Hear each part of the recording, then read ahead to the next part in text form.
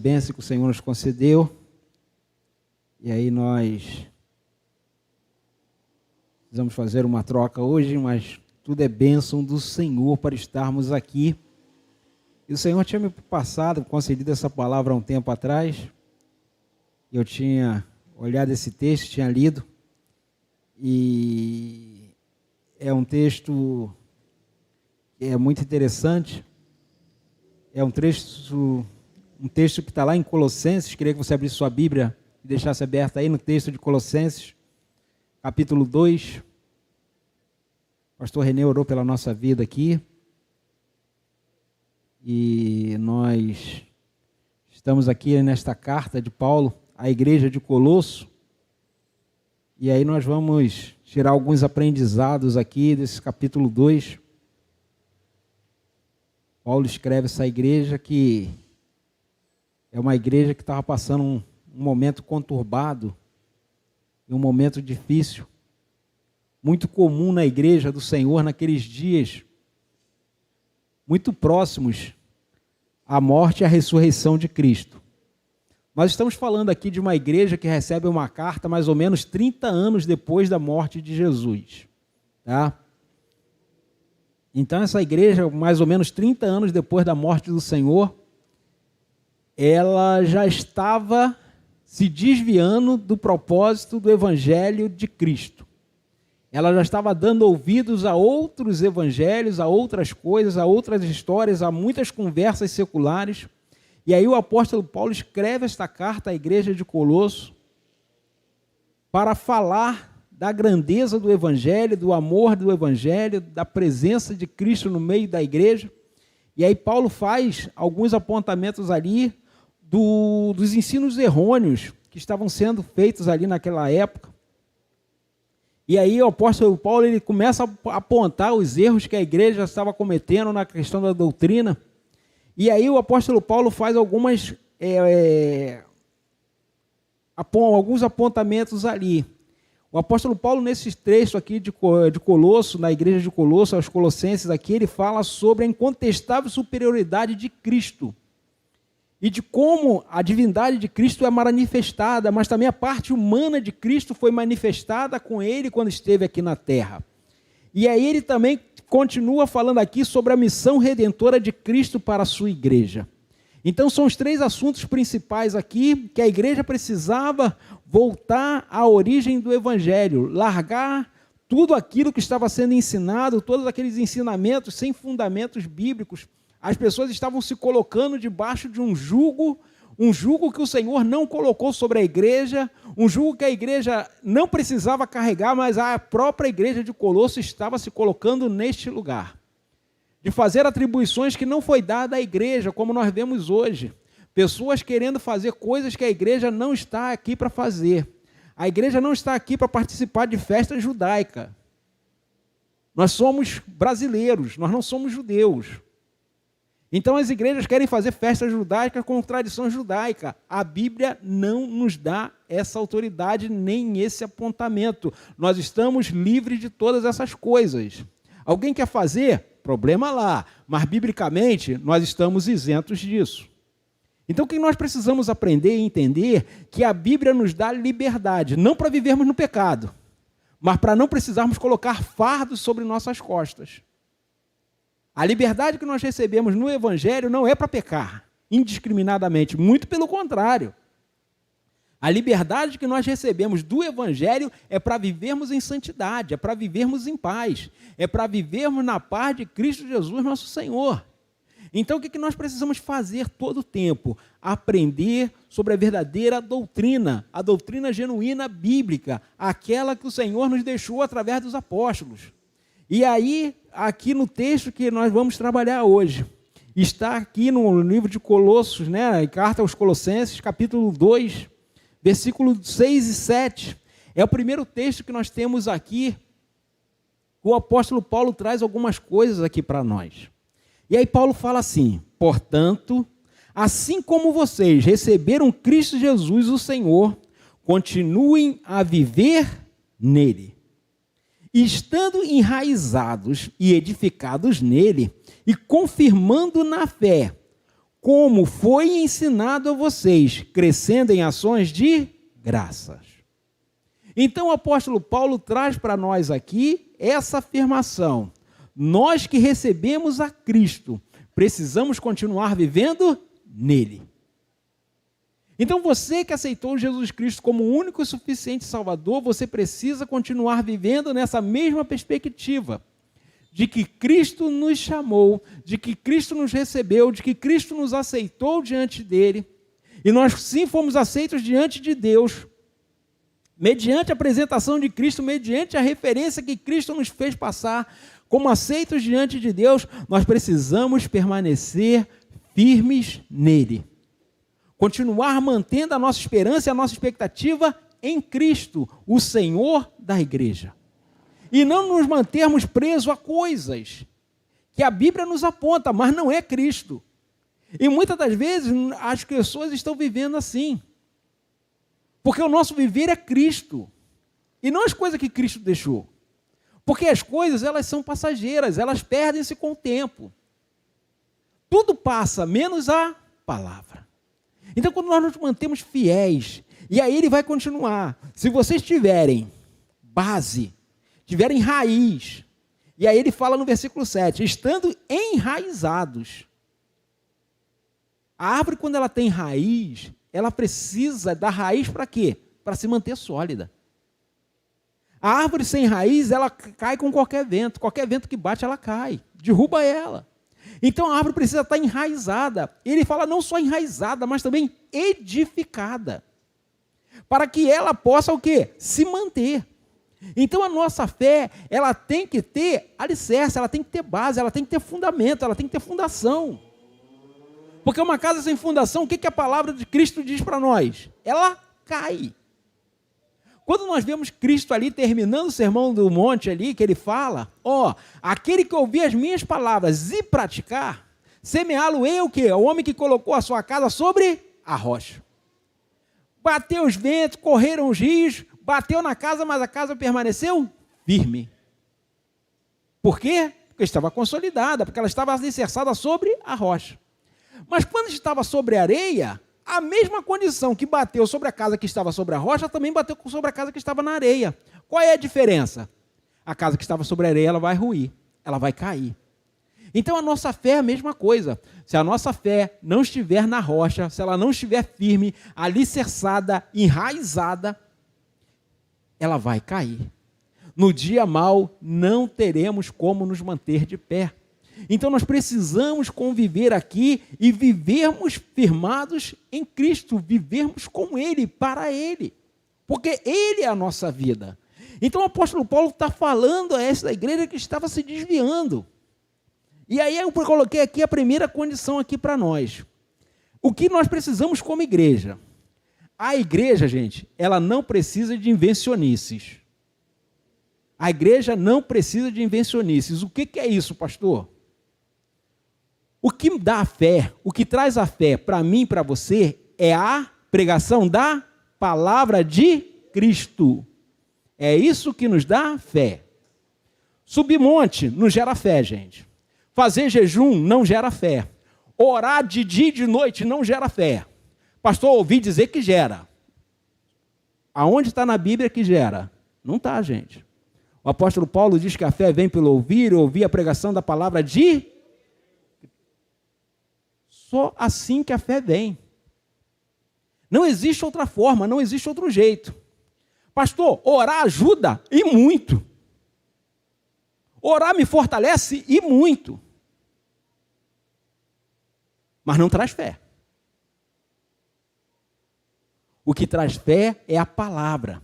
Porque através da palavra pregada, a palavra de Cristo, é gerada em nós através da ação do Espírito Santo, que produz em nós a fé e a esperança de sabermos que Deus está no controle.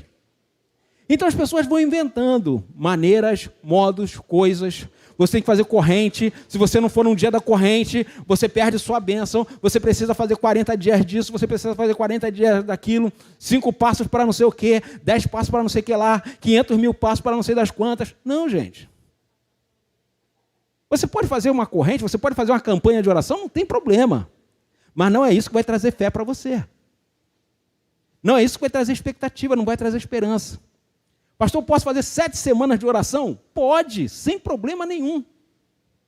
Mas não é isso que vai trazer a fé para você. O que traz a fé é você entender que Deus está no controle de todas as coisas. Do Senhor é a terra e a sua plenitude, o mundo e aqueles que nele habitam. O Salmo 24 diz isso para mim e para você. E isso é uma verdade plena. O Senhor está no controle de todas as coisas. Então, quando eu entendo isso, eu sei que o dia mau vai chegar. Eu sei que a má notícia vai chegar. Eu sei que pode estar tudo dando errado. Mas eu sei em quem tenho crido e sei que estou bem certo que Ele é poderoso para guardar o meu tesouro até o dia final. E isso não vai mudar.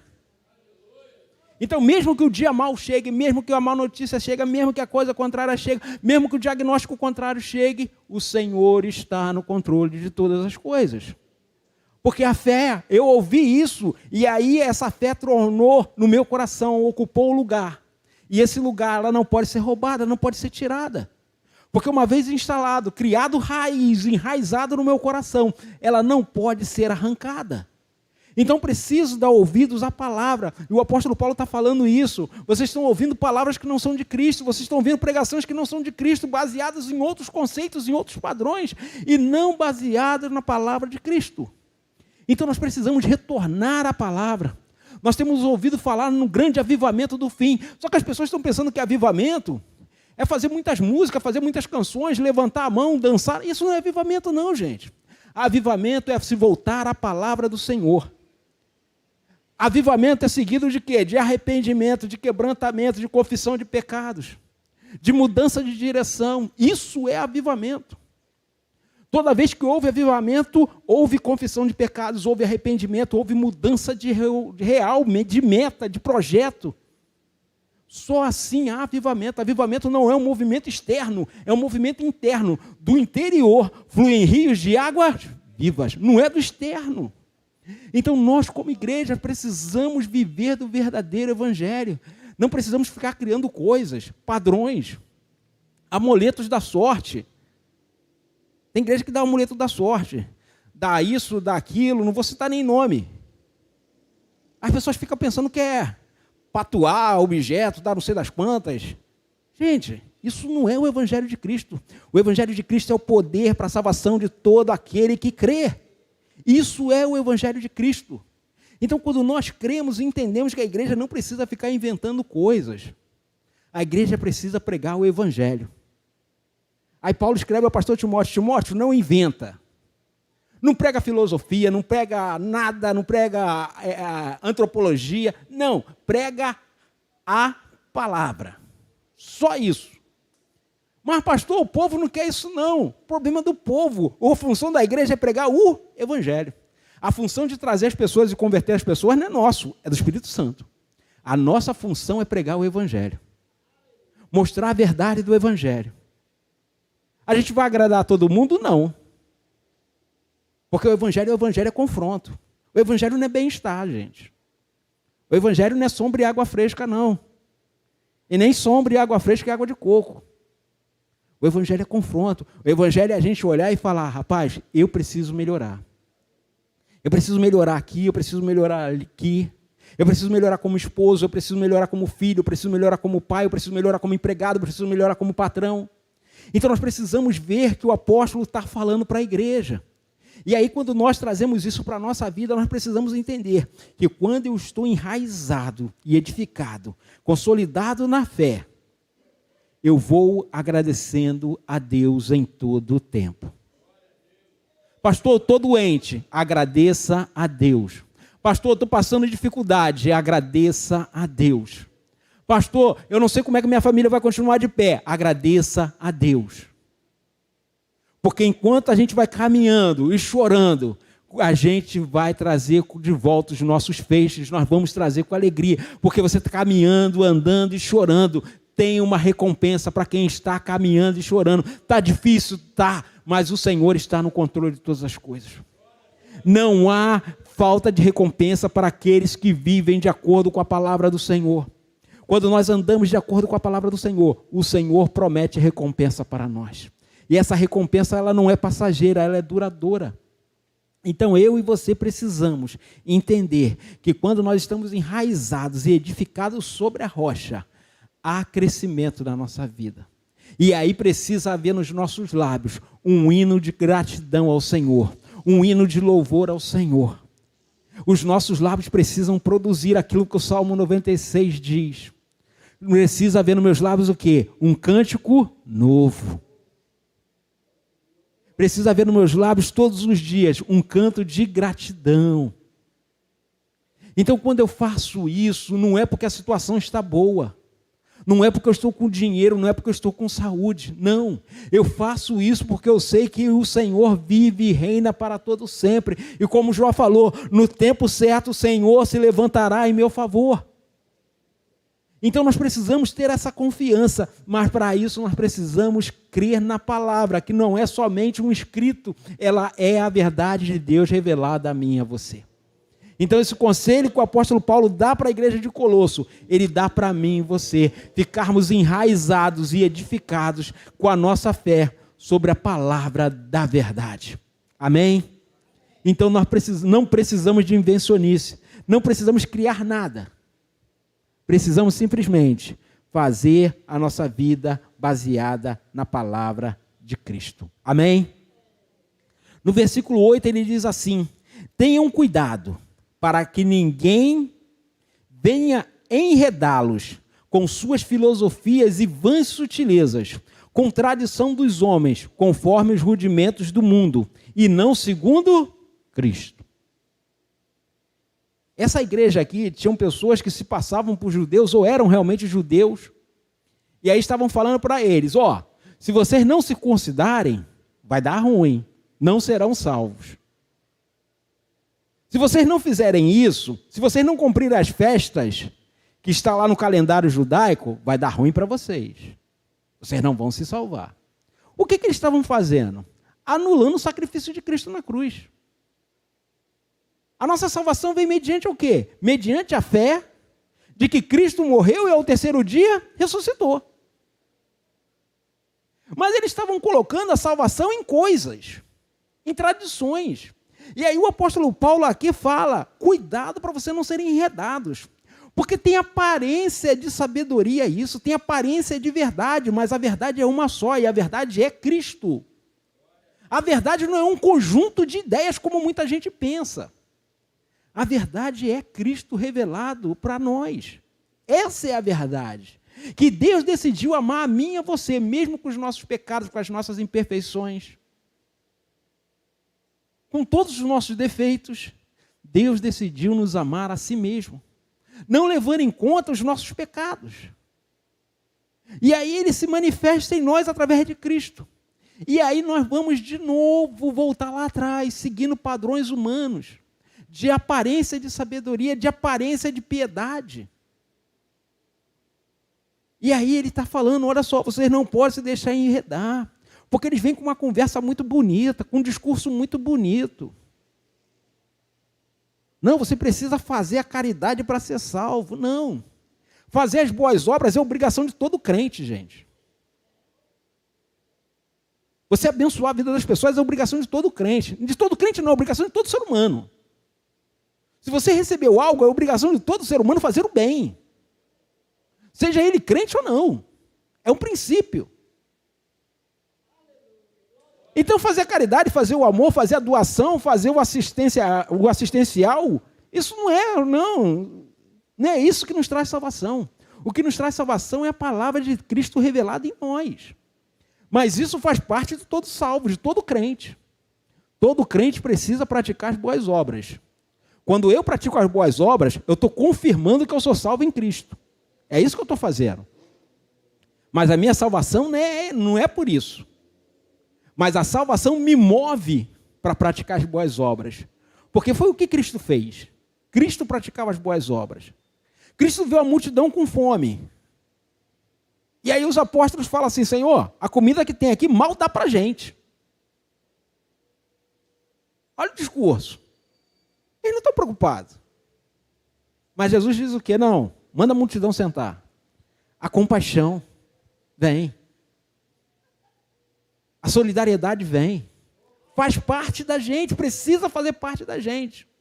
Mas aí os caras vêm, pega essa estrutura, essa palavra, que precisa fazer parte de mim, de você, a solidariedade, a compaixão, a misericórdia, precisa fazer parte de nós. Mas não é isso que nos salva. Aí eles vêm com avanço e sutileza. Não, você precisa fazer isso para ser salvo. Você precisa fazer isso para melhorar a sua salvação. Espera aí. E o sangue de Cristo derramado na cruz não valeu de nada? Aí eu estou anulando o sangue de Cristo derramado na cruz. Que ele se entregou a si mesmo, por mim e por você. Então você vê que os camaradas, eles pegam aquilo que é a verdade e vão transformando em pseudo-verdades. Eu lembro do pastor André Gomes que pregou aqui, há pouco tempo aqui na igreja, falando das sutilezas. E aí como elas vêm? Com aparência de piedade, mas desviando o verdadeiro evangelho da sua essência. Então nós precisamos estar aprendendo da palavra do Senhor. E aí como é que eu consigo identificar o erro? Quando eu conheço o certo. Quando eu sei que é mentira, é só quando eu conheço a verdade. Se eu não conheço a verdade, eu não tenho como identificar o que é mentira. Porque o padrão do mundo é fazer o quê? É tentar parecer. Parece, mas não é. Os mais antigos aí lembram de um produto que parecia remédio, mas não era. Era o comercial que fazia. Parece remédio, mas não é. Assim são essas sutilezas. Assim são esses sofismas, que parecem verdade, mas, no entanto, negam a verdadeira eficácia do Evangelho, que é a transformação do indivíduo. É uma mudança do indivíduo total. Então o apóstolo Paulo está falando, cuidado, porque eles estão aí. E eles vêm com muita sutileza, com muita aparência de piedade. Mas aí qual é o fundamento deles? Baseado nas coisas do mundo e não no princípio da palavra. O Evangelho não nos prometeu facilidade. O Evangelho não nos prometeu porta larga, muito pelo contrário. O Evangelho nos permitiu uma porta, nos avisou. A porta é estreita, não dá para passar de qualquer jeito, não dá para entrar de qualquer maneira. Há restrição para entrar na porta. Há uma diferença. Você precisa fazer uma diferença, você precisa largar muita coisa para entrar nessa porta. Não dá para entrar com um montão de coisa. Você precisa escolher como você quer entrar. A porta é estreita, o espaço é apertado.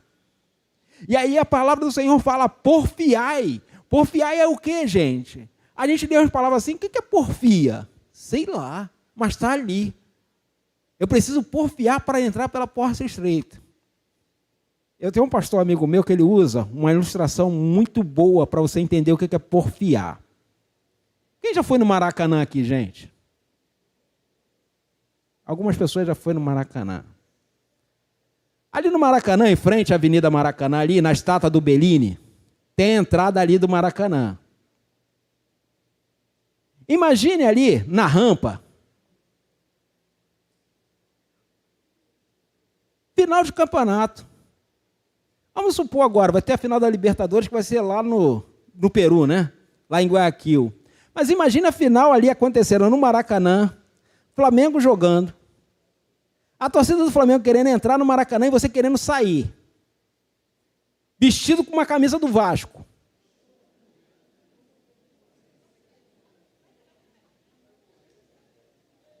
Isso é porfia. Os outros vão te atropelar, gente. Isso é porfia. É para você ter uma noção do que é porfiar, por entrar pela porta estreita. É todo mundo querendo ir para um lugar e você querendo sair. Isso é a nossa vida no mundo. O mundo vai tentar nos levar. A multidão vai tentar nos levar. Vai tentar nos levar de volta para o pecado, levar de volta para esse mundo, mas você precisa lutar e vencer essa multidão. Parece impossível, mas não pode ser impossível, porque nós temos um ajudador. Nós temos um ajudador que é o Espírito Santo, que ficou em nós. Então, a nossa grande batalha não é fácil. Então, não existe evangelho light, gente. Não existe evangelho fast food, não. O evangelho é feijoada, gente. Come. Dá trabalho. É forte. O evangelho não é papinha não, gente. A gente já não está mais no tempo da papinha. A gente está na hora da comida sólida. Então ele está falando, gente, olha só, vocês já estão aí, então vocês não podem ser enredados por este mundo. E aí ele fala para nós, olha só, tudo que nós precisamos está nas Escrituras. Tudo que nós precisamos saber sobre Cristo está nas Escrituras. Nós não precisamos de mais nada que esteja fora da palavra. Nós não precisamos de matéria humana, nós não precisamos de estratégia humana, nós não precisamos saber como crescer, nós não somos uma empresa de negócios. Não, mas o cara descobriu um esquema que vai dar certo para o crescimento da igreja. Não, não existe invenção. Não existe nada novo no Evangelho. O Evangelho é pregação da palavra de Cristo. Isso é o Evangelho. Isso traz a fé, isso nos mantém firmes e enraizados na palavra. Então, quando nós lemos a palavra, é a palavra que nos sustenta, é a palavra que nos mantém. Pastor, quando eu pego a palavra, me dá um sono terrível. Luta, porfia. Você precisa vencer, porque o corpo ele busca estado de repouso, gente. Mas quando nós pregamos aqui, nós vemos a palavra. Tudo que está acontecendo já está escrito. A gente pode entender de uma forma ou de outra. E aí eu gosto sempre, né? O pastor René usava sempre essa fala. A roda já foi inventada, gente. Tem gente que quer inventar a roda novamente, a roda já foi inventada. Parece simples para a gente hoje olhar uma roda, mas a roda é uma das grandes invenções do ser humano.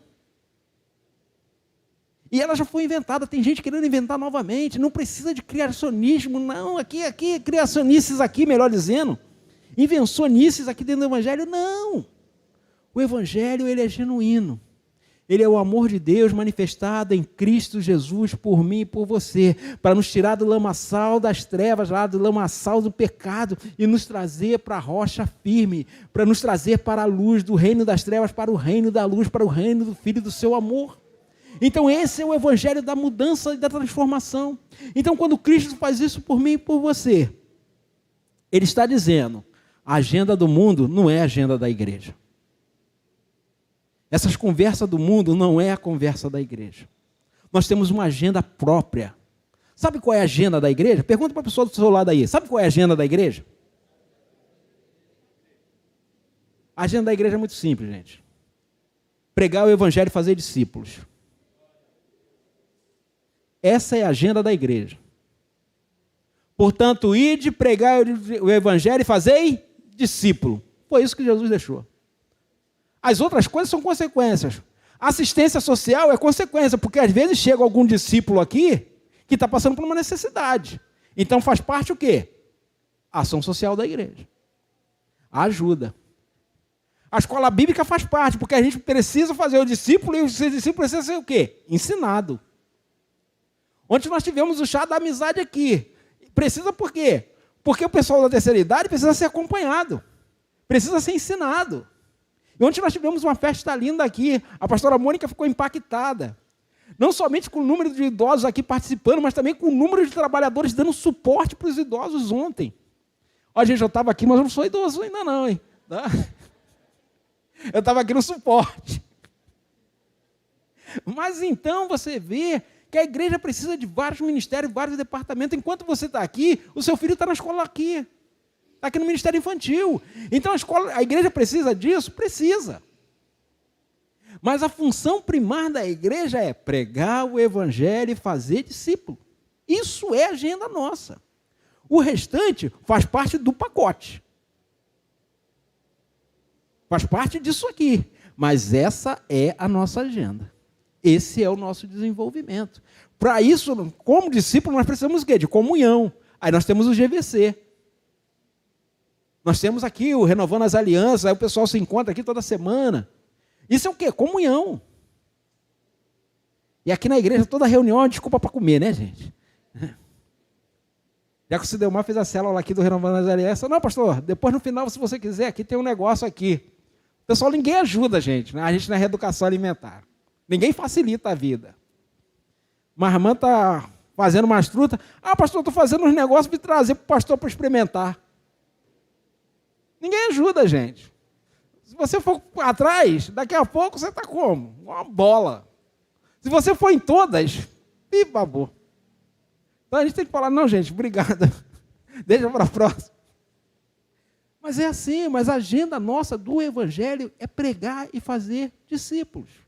Então isso precisa ser entendido por nós. E aí ele fala aqui no versículo 9 e 10 aqui. Ele está falando aqui, né? Ele está terminando aqui, do versículo 8. E aí ele diz para a gente ter cuidado, né? Segundo os rudimentos desse mundo, que as tradições que estavam sendo segundo os rudimentos desse mundo e não segundo Cristo. Aí ele fala sobre Cristo, ele diz, porque em Cristo, né, ou porque nele habita corporeamente toda a plenitude da divindade. Também nele vocês receberam a plenitude. Ele é a cabeça de todo o principado e potestade. Tudo aquilo que tem poder, Cristo é o cabeça.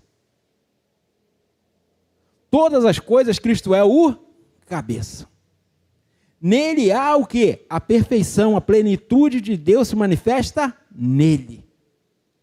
Ele é a manifestação da perfeição de Deus. Por ele existem todas as coisas, e sem ele nada do que existe existiria. Porque está aqui, ó. Porque dele, por ele, para ele, são várias, são muitas, não são todas. Completude. Então nós vemos aqui que a palavra de Deus ela vai se manifestando. Então nós precisamos basear a nossa fé em Cristo, que é a completude de Deus manifestada em nós. Nele está a perfeição. E ele é o cabeça de todo o poder manifesto, quer seja na terra, quer seja nos céus. Então quando nós entendemos isso, e nós fazemos, e entendemos que o que precisamos é conhecer exclusivamente a Cristo. E precisamos entender que o nosso conhecimento sobre Cristo está na Bíblia. Cristo é a palavra, e a palavra é Cristo. João, lá no 1º capítulo do seu livro, diz, o verbo se tornou carne. Quem é esse? O que é o verbo? O verbo é a palavra, e a palavra é Cristo. Ele se tornou o verbo viveu, se tornou carne e habitou entre nós. E nós vimos o enviado de Deus, João está falando. Então a mesma coisa serve para nós. A palavra de Deus, ela vive. Então ela precisa ser manifesta em nós. E nós precisamos viver de acordo com a palavra de Deus. Sabe por quê? Porque nós somos livres para isso. Nós não precisamos ficar atrás de pessoas, atrás de conhecimentos humanos. Porque nós fomos chamados para viver a liberdade que Cristo nos concedeu. Como eu falei, não para viver no pecado, mas para vivermos na plenitude da santidade que Deus tem preparado para cada um de nós. É um esforço, porque esse mundo ele tenta nos estragar o tempo todo, tenta nos abraçar o tempo todo. E tenta nos levar de volta para onde? Para o lamaçal onde nós estávamos presos. Mas o Senhor com mão forte e poderosa nos resgatou. E é isso que na palavra de Deus está manifestado em nós. E aí no versículo 11 ele diz assim, nele também vocês foram circuncidados, não como a circuncisão feitas por mãos humanas, mas pela remoção do corpo da carne, que é a circuncisão de Cristo, tendo sido sepultados juntamente com ele no batismo, no qual vocês também foram ressuscitados por meio da fé, no poder de Deus, que o ressuscitou dentre os mortos. Pastor, dá para explicar melhor isso aí? Dá. Versículo 11. Nele vocês também foram o quê? Circuncidados. Todo mundo sabe o que é circuncisão aqui, gente?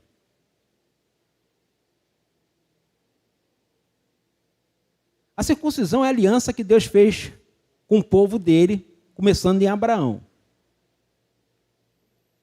A circuncisão é uma operação que se faz. Hoje nós chamamos essa operação de fimose. Aí depois você pesquisa lá, tá? O que é a operação de fimose. Isso é uma circuncisão que todo judeu precisa passar. Seja ele problema natural para fazer ou não. Aqui no Ocidente, e nos outros países, quando se faz uma operação de fimose, é porque o homem ele tem uma má formação congênita, tá? Vou falar a palavra aqui, peniana. Ele tem essa má formação e precisa fazer uma cirurgia. Lá em Israel não precisa ter problema ou não. Lá se tem que fazer porque é uma aliança que se faz com Deus. Só que essa circuncisão só é feita nos homens. Logo, o que se entende aqui? As mulheres não têm essa aliança com Deus. Não faz circuncisão. Como é que a mulher participava da antiga aliança? Sendo filha ou sendo esposa. A aliança era feita com o macho, com o homem.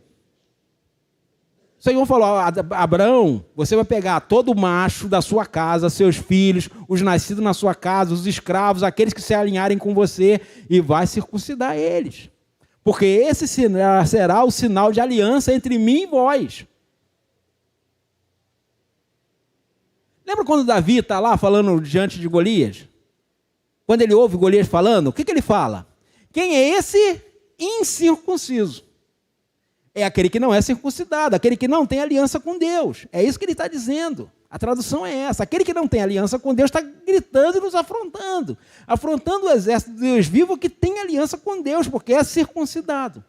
Só que o apóstolo Paulo vem trazer para nós nesse texto que essa circuncisão do passado, agora ela é feita por Cristo. E não mais somente nos homens, mas em todos, porque ela não é feita na região genital, não. Agora ela é feita no coração, no entendimento, na mente, na percepção. E há uma transformação, e essa aliança alcança todos, homens e mulheres. Não há distinção, não há diferença, mas na nova aliança, todos são alcançados pelo poder da circuncisão que Cristo fez no coração de cada um de nós. Então nós que fomos aqui agora, que estamos nele e vivemos com ele, que fomos circuncidados agora, que fomos sepultados para o batismo, e aí quando nós botamos a pessoa dentro d'água, que nós tiramos a pessoa faz o sinal de que nasceu de novo. Morreu para o mundo, foi sepultado para o mundo, para nascer para Cristo, para viver em novidade de vida. Este é o simbolismo do batismo. É um símbolo que nós fazemos quando batizamos alguém. E aí agora essa circuncisão ela não é feita mais com bisturi, ela não é feita mais com anestesia, não. Ela é feita pela mão do próprio Cristo em mim e você, através da ação do Espírito Santo de Deus nas nossas vidas. Então há uma transformação, há uma mudança. Porque eu e você fomos chamados para viver a liberdade de Cristo em nossas vidas. Então nós precisamos entender que essa mudança, essa transformação que Cristo faz em mim e em você, ela é feita através da fé. Lá, na época de Abraão, era feito porque o cara nascia como descendente de Abraão. Aqui não. Aqui nós não precisamos ser descendente de Abraão de natureza, de DNA. Mas quando nós aceitamos a Cristo, nós passamos a ser participantes dessa nova aliança. Não simplesmente circuncidados, mas circuncidados aqui dentro, numa transformação interna. E aí essa transformação interna vai refletir na nossa transformação externa. E aí quando há essa mudança, aí o apóstolo Paulo diz para nós, porque o poder de Deus, que o ressuscitou dentre os mortos, ressuscitou a mim e a você também. O mesmo poder que manifestou em Cristo para trazê-lo à vida, é o mesmo poder que manifestou em mim e você, para nos tirar do pecado e nos trazer para viver a vida plena que o Senhor tem para nós. Então nós precisamos entender que a palavra de Deus, ela é a verdade. E aí quando nós entendemos que nós não precisamos mais ficar presos a este mundo, que nós somos livres em Cristo para vivermos em novidade de vida, nós sabemos que o Evangelho de Cristo está sendo pregado de maneira genuína, que é o Evangelho da transformação, é o Evangelho da mudança. Eu não posso viver como eu vivia no passado, eu não posso viver com os pecados que eu tinha no passado, eu preciso viver em novidade de vida, eu preciso viver em transformação. É uma luta, é. Mas a gente precisa apagar o passado e olhar para Cristo, sabendo que Ele tem cuidado de nós. É um desafio? É. É uma luta? É. Mas o Senhor nos garante a vitória. Versículo 13, ele diz assim: e quando vocês estavam mortos nos seus pecados, na incircuncisão da carne, Ele deu vida juntamente com Cristo, perdoando todos os nossos pecados. Nós estávamos mortos, os nossos pecados. E aí em outros textos ele fala nossos pecados e delitos. Lá na morte da incircuncisão. Aí Deus entrega a Cristo. Guilherme, NAA. E aí ele nos entrega a Cristo para nos perdoar de todos os pecados. Então essa ação que Cristo faz por mim e por você, ela nos purifica, ela nos transforma. Como eu falei, de dentro para fora. Precisa haver uma mudança exterior também, porque a mudança já aconteceu internamente. E aí eu começo a aprender, eu começo a viver essa transformação. E aí quando ele diz assim, enquanto nós estávamos mortos, não tínhamos nada para oferecer, não tínhamos nada para dar, não entramos com nada nessa conta. Simplesmente Deus decidiu nos amar, mesmo nas nossas imperfeições, mesmo nós ainda estando mortos nos nossos pecados e delitos. Ele decidiu nos dar a vida juntamente com Cristo.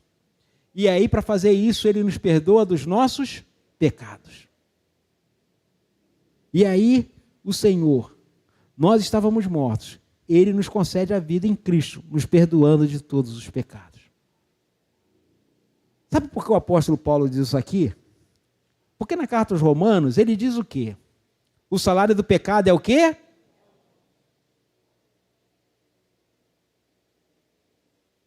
Nós tínhamos uma dívida. Nós estávamos mortos, porque nós estávamos no pecado. Nós estávamos recebendo pagamento pelo trabalho que fazemos, que é pecar. Pecamos e ganhamos o pagamento, que é a morte. Aí Deus vai lá, vira para o seu irmão que está do seu lado aí. Fala para ele assim, você era o maior funcionário vacilão. Chegava atrasado, faltava, não levava atestado.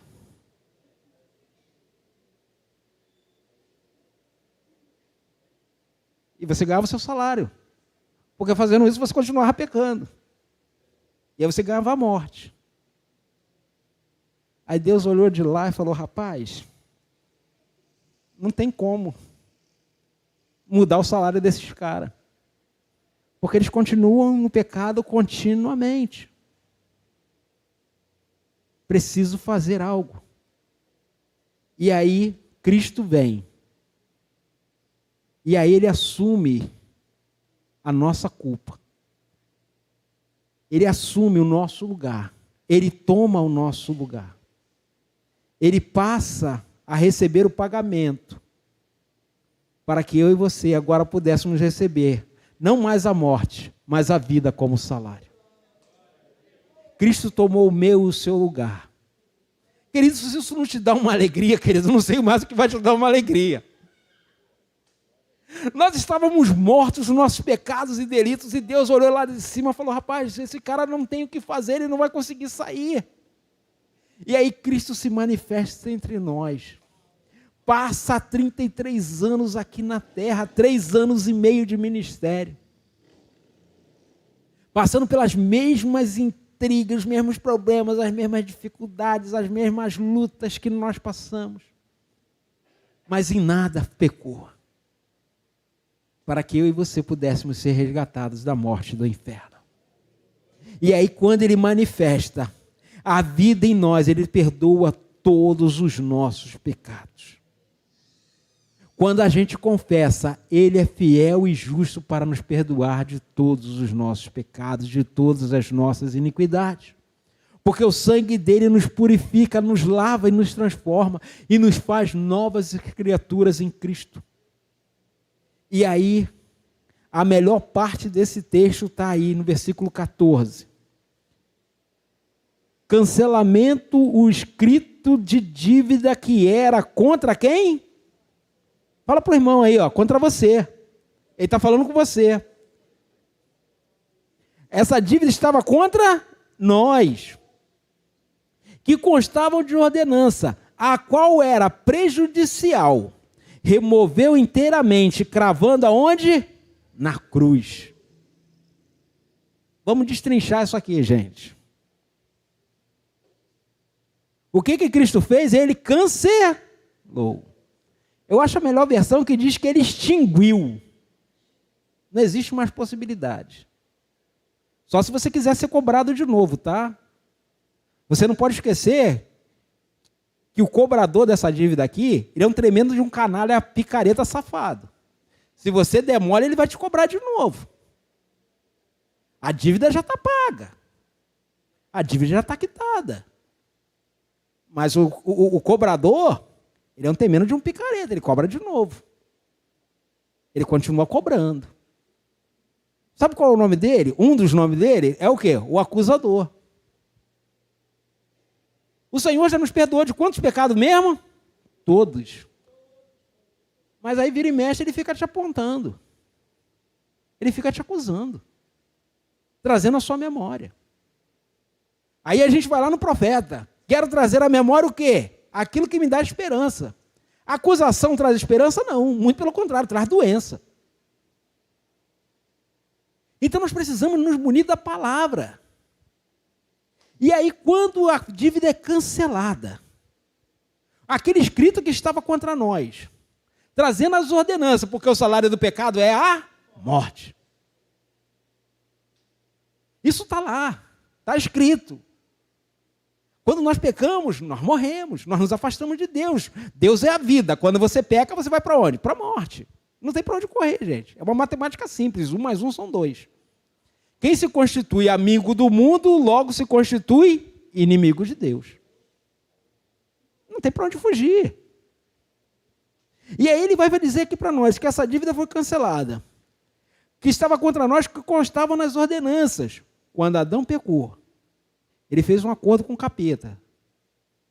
Apertou a mão do capeta e falou, valeu. Mas aí Cristo vem e rasga esse contrato. Quebra, aniquila. E essa dívida foi cancelada. E hoje nós podemos viver segundo a palavra de Deus, que nós somos livres para viver a vida abundante que o Senhor tem para nós. Então, quando Cristo morreu na cruz, ele removeu de nós todos os pecados. Basta que a gente confesse, mas confesse de verdade, nos arrependendo dos nossos maus caminhos. E aí ele fala, essa conta, esse salário que nós pagávamos pelo pecado, ele nos prejudicava. Agora ele removeu como? Por parte? Não, inteiramente, cravando na cruz. Maldito aquele que é colocado no madeiro. Ele se tornou maldito para que eu e você fossem feitos justiça de Deus. Então assim, eu e você fomos aceitos na presença do Pai. E aí eu coloquei aqui, Deus em Cristo Jesus cravou na cruz a nossa dívida pelos nossos pecados. Cristo nos remiu diante de Deus. E a palavra remissão é aquele que paga a dívida de um credor. Nós éramos devedores. Cristo foi lá e quitou a nossa dívida. A parte ofendida que era Deus, ele foi ressarcido quando Cristo se oferece na cruz. A conta foi paga. Não existe mais prejuízo. O prejuízo de Deus foi sanado. Porque Cristo fez isso por mim e por você. Nós não tínhamos como pagar essa conta. Nós não tínhamos como nos voltar para Deus. Mas aí Cristo vem e faz essa obra. A obra da redenção. A obra da reconciliação. Deus decidiu reconciliar o mundo consigo mesmo, apresentando Cristo como a solução para que eu e você pudéssemos ser resgatados. E aí, quando nós ouvimos isso, a felicidade tem que brotar no nosso coração, de sabermos que um Deus tão grande e tão poderoso decidiu se reconciliar comigo e com você. Isso precisa mudar a nossa vida, isso precisa mudar o nosso caminho, isso precisa mudar o nosso entendimento. Agora o Evangelho, ele vem para nós trazer a palavra de esperança e de mudança. Nós não podemos viver no Evangelho continuando sendo a mesma pessoa. Nós precisamos viver em novidade de vida, em mudança de vida. É fácil? Não, é difícil. Porque todo dia são situações, são propostas, são uma série de vantagens que se apresentam contra nós. Coisas que se manifestam contra nós para tentar nos roubar, para tentar nos tragar, para tirar a nossa paz, tirar o nosso sono. Mas aí a gente precisa lembrar de quem nós somos. Nós somos nova criatura em Cristo Jesus, nosso Senhor. O Senhor fez nova todas as coisas. Mas para isso nós precisamos abandonar o pecado. Mas para isso nós precisamos viver em novidade de vida. E isso não é fácil. Cada um tem um calo que aperta no pé, gente. Tem coisas que para mim é muito fácil, tem coisas que para você é muito fácil. Mas o que de repente é muito fácil para mim, para você é difícil. O que de repente é muito difícil para você, para mim é fácil.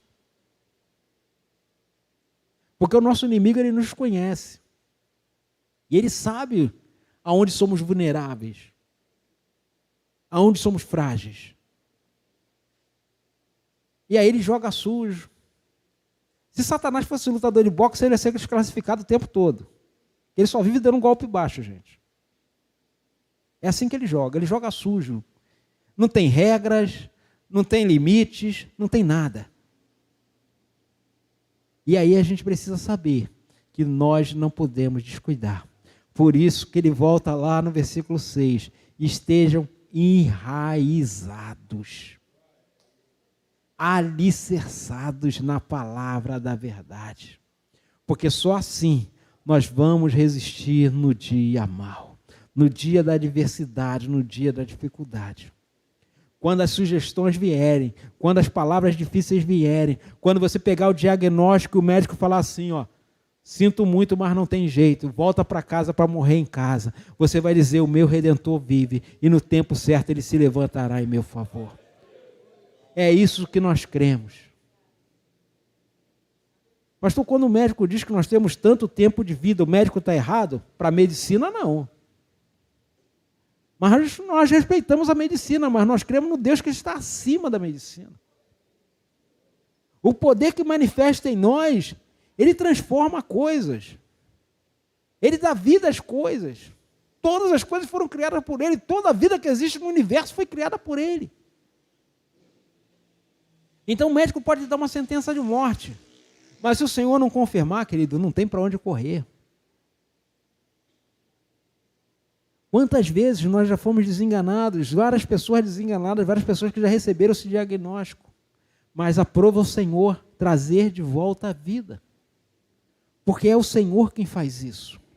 Então, quando nós cremos na palavra da vida, não existe impossíveis para Deus em todos os seus propósitos.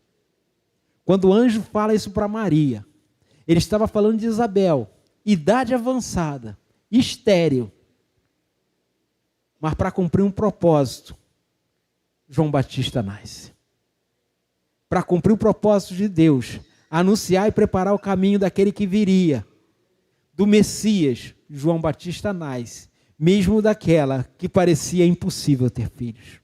Porque quando há um propósito de Deus, não há impossíveis. Quando há um propósito de Deus na nossa casa, na nossa família, não há impossíveis. Mas para isso nós precisamos estar alicerçados na palavra. Eu queria que você se colocasse de pé. Eu não sei qual é a situação que você está passando. Eu não sei qual é a dificuldade que você está atravessando. Eu não sei se você já fez uma aliança com Cristo. Eu não sei se você já se reconciliou com o Senhor. Eu não sei se você aceitou Jesus como um único e suficiente Salvador. Mas seja qual for a sua situação nesta noite, você nesta noite não ouviu fábulas, você nesta noite não ouviu conversa, você não ouviu palavras positivas, você ouviu a palavra de Deus, que é a verdade revelada em Cristo Jesus, nosso Senhor. E através do Espírito Santo de Deus, Ele vai te visitar nesta noite, trazendo ao seu coração aquilo que você precisa colocar diante dEle. Para que Ele venha perdoar os seus pecados, arrancar a sua culpa e fazer você viver a liberdade que Ele morreu para que eu e você tivéssemos. Então, nesta noite, você aí, que está sentado agora, levantou, que está ouvindo esta palavra, e que o Espírito Santo está incomodando você, está falando com você. que você precisa se acertar, que você precisa se arrepender, que você precisa confessar, faça o que o Espírito Santo está te ordenando. Mas pastor, quem errou não fui eu não quero saber quem errou. Eu não quero saber quem está errado, quem está certo, isso para mim não me interessa. Porque se o Senhor está falando com você, é você que precisa se acertar com Ele. Às vezes a gente precisa, não, mas o outro que errou, esquece o outro. Se o outro quiser mudar um dia, glória a Deus, mas você está aqui, o Senhor está falando é com você. O Senhor marcou este dia. O Senhor marca o dia conosco. O Senhor traz à existência aquilo que não existe. Então nós vamos cantar esta canção. E nisso o Espírito Santo vai trabalhando aí. Então não resista à voz do Espírito Santo no seu coração. O que Ele está falando com você, confesse diante do Senhor. O que Ele está falando com você, confesse diante dEle. Arrependa-se diante dEle. E fala, Senhor, eu preciso falar contigo. Eu preciso colocar diante do Senhor que eu não tenho força suficiente para vencer este pecado. Eu não tenho força suficiente para vencer esta dificuldade, esse problema. Mas diante do Senhor eu coloco, olhando para a cruz de Cristo, aonde os meus pecados foram perdoados, aonde eu tenho vida e vida com abundância. Eu olho para a cruz, e para a cruz eu vou, do seu sofrer participar, da sua obra vou cantar. E quem Ele é? O meu Salvador, na cruz mostrou. O que Ele mostrou? O amor do Pai, o justo Deus. Declare pela cruz. Pela cruz me chamou, gentilmente me atraiu e eu, sem palavras, me aproximo, quebrantado por seu amor. Mais uma vez. Pela cruz me chamou, gentilmente me atraiu e eu, sem palavras, me aproximo, quebrantado por seu amor.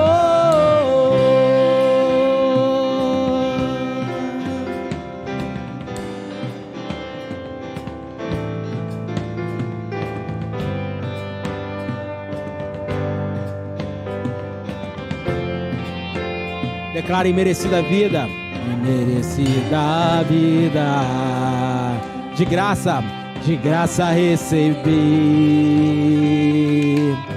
por sua cruz. O que aconteceu?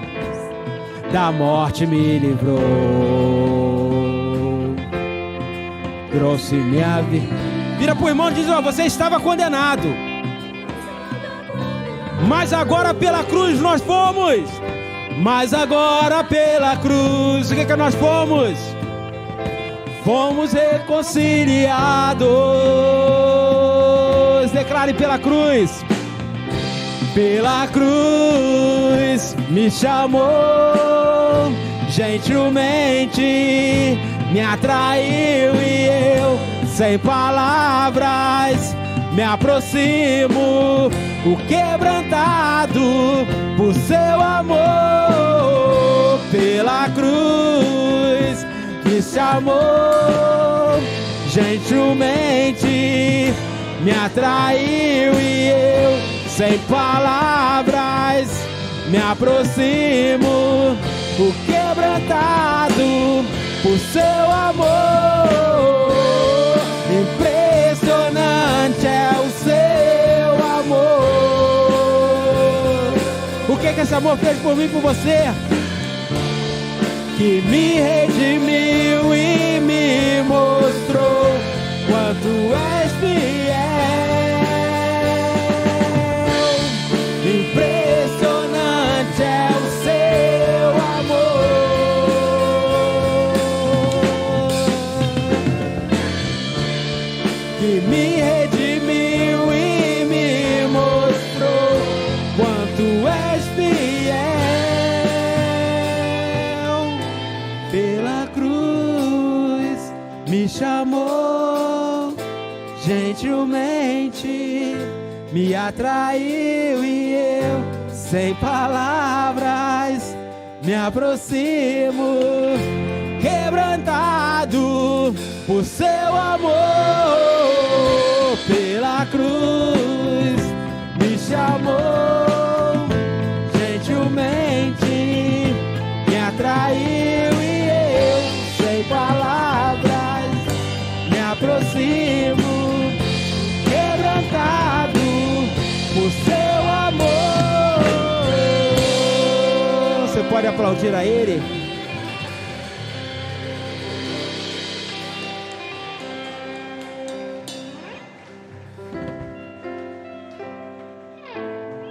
Eu não sei quanto a você,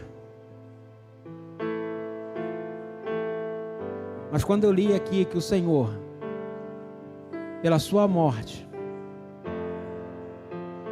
Ele perdoou todos os nossos pecados, Ele nos passou a dar a vida juntamente com Cristo. Isso enche meu coração de alegria, porque como a canção que nós cantamos, nós estávamos condenados, mas agora, pela cruz que Cristo pagou o preço, pagou a nossa dívida, nós fomos reconciliados com o Pai. E aí eu queria saber, nesta noite tem alguém aqui que quer se reconciliar com o Pai, que quer aceitar Jesus como o único e suficiente Salvador, que quer definitivamente fazer parte dessa família que Cristo chamou para se fazer, que o sangue dele derramado nos comprou, que nos purificou, que nos trouxe vida e vida com abundância. Tem alguém aqui nesta noite que quer se acertar com o Senhor, se reconciliar com o Senhor? Aleluia, Senhor Pai. Seja livre em Cristo Jesus, nosso Senhor. Viva essa liberdade que Ele sonhou.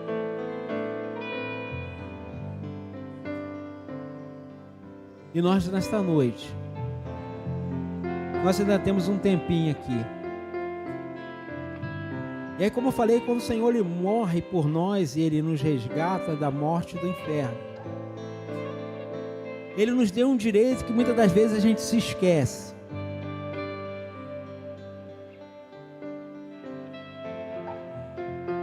Cristo Ele diz que Ele recebeu todo o poder nos céus e na terra e transferiu esse poder para a igreja. E aí eu queria saber se de repente você, que está aí sentado, está aí no seu lugar, está aí em pé, se você tem alguma enfermidade que precisa de um milagre do Senhor, de repente é uma enfermidade que você se acostumou, é uma dor de cabeça terrível, mas você se acostumou com o remédio. É uma dor na coluna que você se acostumou com o remédio, você se acostumou com uma posição para dormir.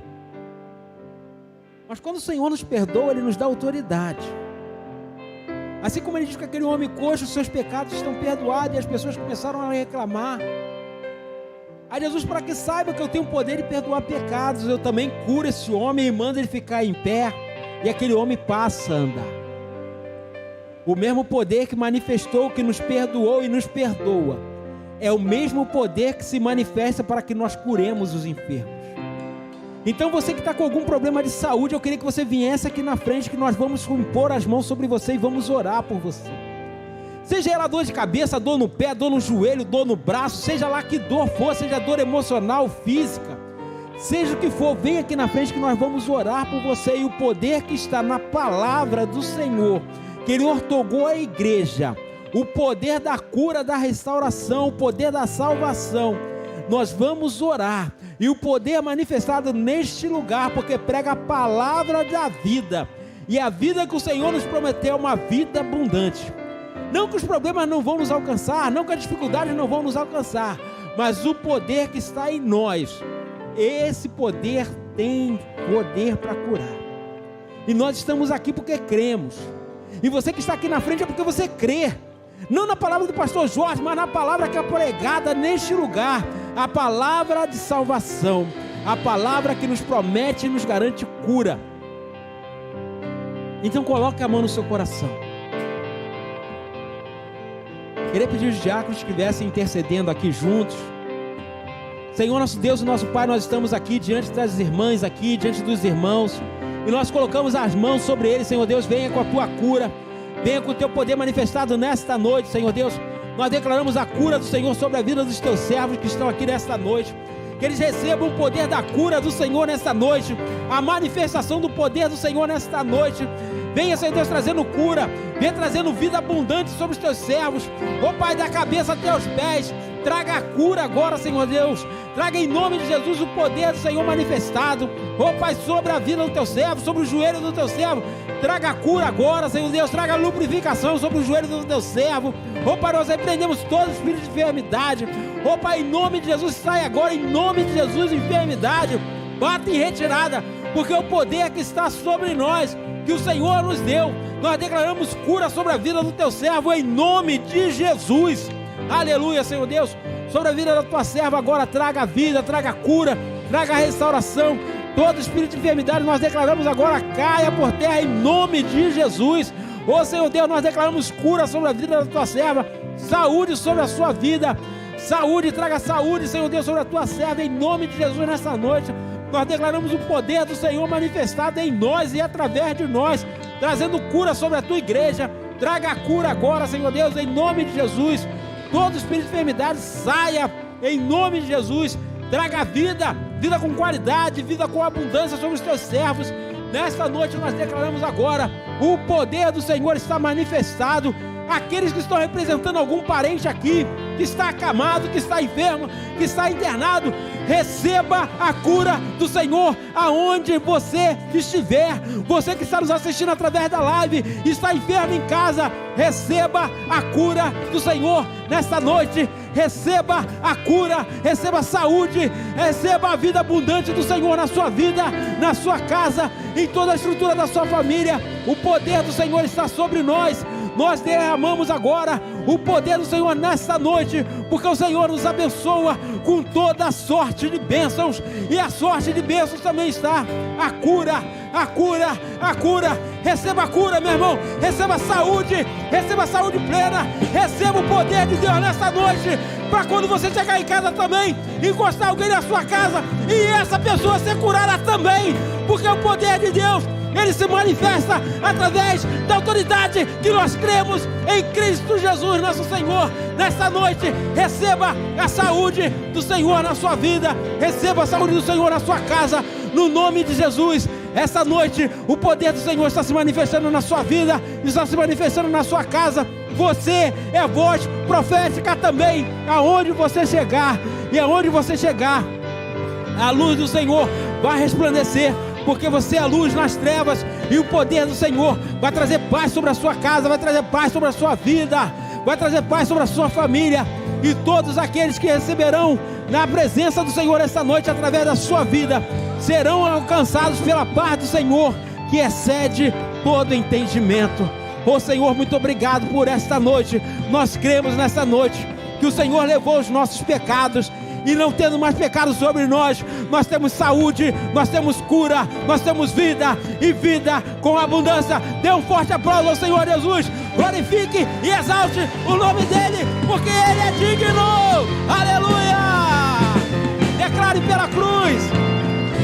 Pela cruz me chamou, gentilmente me atraiu, e eu, sem palavras, me aproximo, o quebrantado, o seu amor. Pela cruz me chamou, gentilmente me atraiu, e eu, sem palavras, me aproximo, quebrantado por seu amor.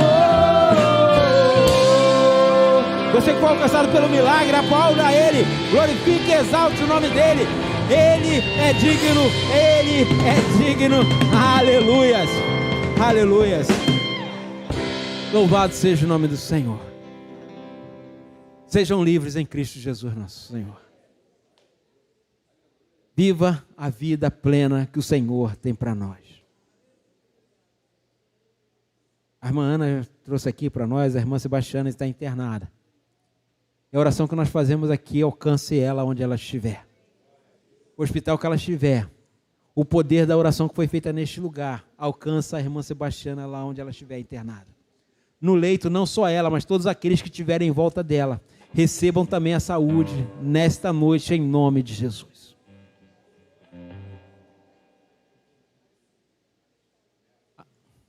Neto. Joaquim, internado também. Então nós temos muitos motivos para agradecer ao Senhor já por essas curas, gente. Porque a glória do Senhor se manifestou neste lugar, nesta noite. O poder do Senhor se manifestou nesta noite aqui neste lugar. Então nós cremos que você, ao sair daqui, creia que o Senhor já te curou. E aí depois procura a gente para dar testemunho, gente. Para nós testemunharmos de que o poder do Senhor continua atuando em nosso meio. Porque nós somos uma igreja que ora. Uma igreja que crê no poder da oração. Se a nossa igreja não crescesse no poder da oração, não estaria uma equipe aqui todo dia de manhã orando, gente. A gente está aqui orando todo dia de manhã porque acredita no poder da oração. E vários são os testemunhos de pessoas que alcançam cura, que alcançam milagres aqui. Tem uma irmã ali atrás, ela está ali. A Mônica, nós realizamos o batismo da Mônica aqui ano passado. Foi ano passado, não foi? Ou foi esse ano? Foi ano passado. Ano passado. A Mônica está ali. A Mônica anda com uma certa dificuldade, ela tem uma mobilidade reduzida. Mas o diagnóstico da Mônica é a Mônica ficar em estado vegetativo, gente. E a Mônica está ali. Anda com dificuldade. Mas para quem tinha perspectiva de ficar em estado vegetativo, é um milagre a cada dia que a Mônica vive. Ela é um dos casos que a gente pode citar. Dos muitos que a gente pode citar nessa igreja. Uma igreja que ora e acredita no poder da restauração. Nós não estamos dizendo que a medicina está errada, não. Nós estamos dizendo que o Deus que nós cremos, Ele é poderoso para fazer infinitamente mais do que pedimos e pensamos. Então continua crendo que o Deus que fez o milagre continua fazendo. Ele continua atuando em nosso meio. Vamos estar aqui orando para encerrar. Pastor, quer orar aqui por nós? Nos abençoar?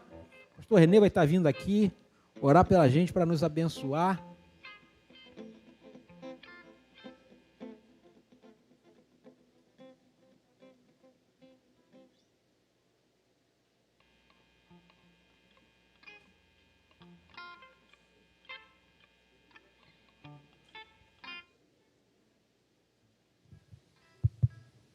Amém, irmãos.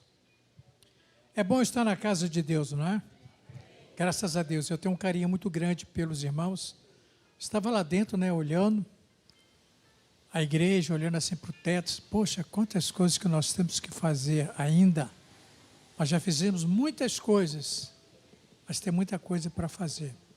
E eu creio que gradativamente, contando com o amor de Deus, o poder de Deus, e sendo quebrantado por Ele, direcionado por Ele, a vitória é nossa em nome de Jesus. Não esqueça de orar pelos pastores daqui, diáconos, pelo nosso ministério, e para que possamos estar mais unidos e querendo, acreditando mais em Deus, para que quando nós dobrarmos os nossos joelhos, o amor de Deus venha sobre nós. Ok? Vamos fazer uma oração liberando você para o seu lar, para as suas casas. Nosso Deus e Pai, muito obrigado pela palavra que foi ministrada nesta noite. Obrigado pela vida do pastor Jorge, pela vida dos teus servos que aqui estão, pelas suas famílias, filhos, seu trabalho secular. Leva-nos para os nossos lares debaixo da tua cobertura, que possamos ter uma semana abundante na tua presença. Senhor, muito obrigado. Teu reino, o poder e a glória para todos sempre. Amém e amém. Dê mais uma salva de palmas para o Senhor. Aleluia. Boa noite. Que Deus te abençoe rica e abundantemente.